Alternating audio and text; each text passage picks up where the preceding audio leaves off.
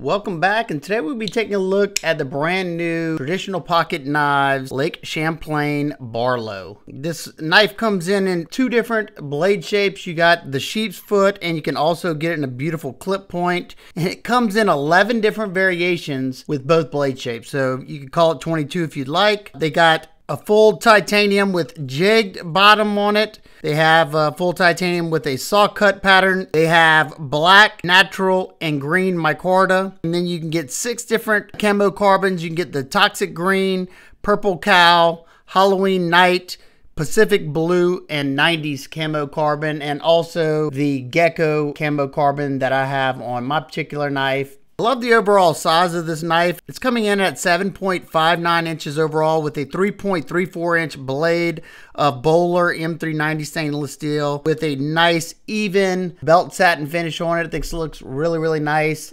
Nice little top swedge that comes down, thinning out that tip, making it excellent for doing drag cuts, doing fine, precise cutting. You have a double-sided oval long pulls. Because you got this straight edge, it's going to be excellent at doing utility cuts, breaking down boxes, cutting into packages, and it's going to be a very powerful blade shape from heel to tip because of that straight edge. You do have somewhat of a sharpening choil that does clear the plunge line, but you may have, if you don't want that to start to widen up back here, you may have to extend that, which you should be able to because the kick comes down further than the actual edge right there. So you should be able to open that up if you'd like. The blade has a full height, deep hollow grind on here that comes down nice and thin behind the edge. This one ranges from around 14 to 15 thousandths behind the edge, so it should slice very well. Why don't we find out?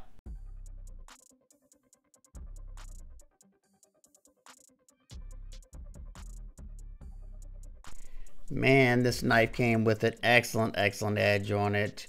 And it's going to really excel at, breaking down boxes and stuff like this because of that straight edge. Very powerful cut.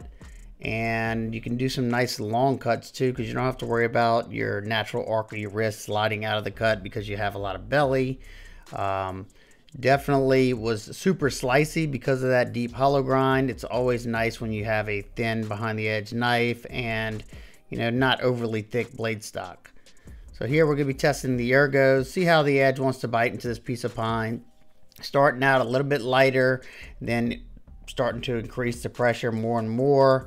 It was nice and comfortable. Felt like it had a lot of power going into the wood because of that straight edge. And no hot spots to speak of because they did a good job of softening all the edges of the scales. And I could have done it for a good little while. It was nice and comfortable. And I'm starting to really bear down into it now. Doing drag cuts like this with that tip, excellent. It's probably, another thing that it's going to excel at really well. Now, cutting on a flat cutting surface, you can do it for the most part because I did it all here. But you're only getting that very forward portion onto the material that you're cutting, or at least once you get down to the cutting board.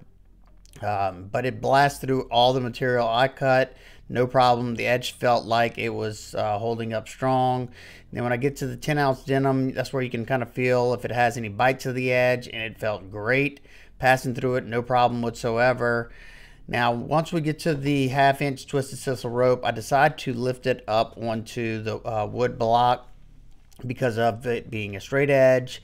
If not, it's just way too hard to do this type of cutting because if you've ever cut fibrous materials like this, like the sisal rope, it takes a good bit of downward force. Now, if you watch closely, I'm not using a whole bunch of pressure. Now, it is sped up, but I'm using minimal pressure. It's push cutting the majority of these cuts right here, and I was pretty surprised on how well it was doing.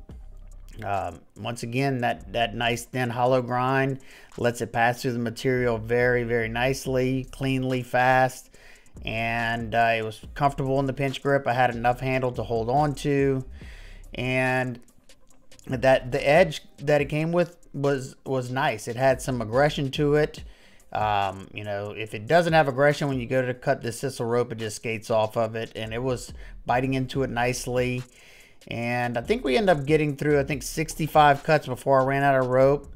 which, you know, is a-okay with this, and it still felt like it had a decent edge after I was done. But yeah, definitely am happy with the way this one performed.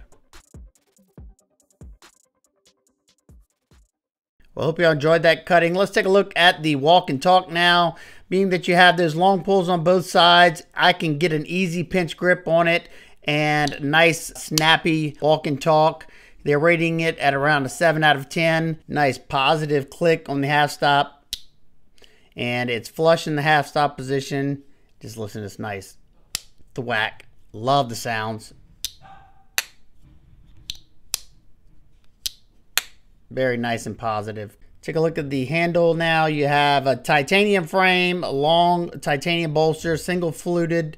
You have on this particular one, Gecko Camo Carbon. That looks beautiful. You have Torx T8 throughout. Love seeing that.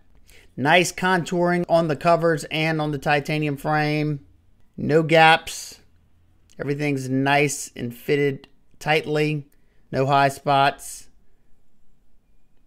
You got a nice little bevel going around the back side here and along the side here, softening those edges, which feels really nice in hand. During all the cutting I did, it felt really nice because you have, you know, that Barlow pattern handle, no crazy choils or anything. Nice like broomstick feeling in hand, and being that the Barlow flares out in the back, it feels out the hand nicely, able to get a lot of power into what I was cutting, and I could control it pretty nicely in the hammer grip, get pretty close up to that edge too if you wanted to. My knife is perfectly centered. Weight in grams first at 96.2 grams or 3.393 ounces. Awesome. Quick size comparison with the traditional pocket knives, Ohio River Jack and the Victorinox Pioneer. Next, the QSP Hedgehog and the Benchmade Proper. And last, the Jack Wolf Benny's Clip and the Jack Wolf Midnight Jack. Now for my nitpicks and complaints, I would have loved to see this opened up a little bit, but other than that, I think this is an outstanding bargain for the quality of knife you're getting here. These come in at $200 no matter which one you get, and it's a outstanding slicer. I think it looks beautiful. It has beautiful walk and talk to it. It's a excellent size if you want a nice full-size slip joint or modern traditional. And if you liked the Ohio River Jack and you wanted something a little bit more slicey, then go with the Lake Champlain Barlow. This one I find as like a heavier worker. It's a flat grind. It's not a thick grind. It still slices really well, and I love this one. But if you want something a little bit more refined, a little bit more slicey, then go with this bad boy. Absolutely love it. Thoroughly impressed by it. The OEM on these, I'm pretty sure it's QSP, and you can see how QSP keeps getting better and better and better with every OEM knife they make, and it really shows here. You know, you got the nice belt satin finish rather than this finish. Both of them excellent little knives, and they're priced very well. So yeah, let me know what y'all think about this one. If you have any questions, comments, concerns, please leave them down below. I hope everybody's having an absolute amazing day. If you're interested in one of these, I will have links in the description. They are affiliate links. If you want to help support what I do here on the channel, that is one way to do so, but don't feel obligated. And I will see y'all on the next one. Peace.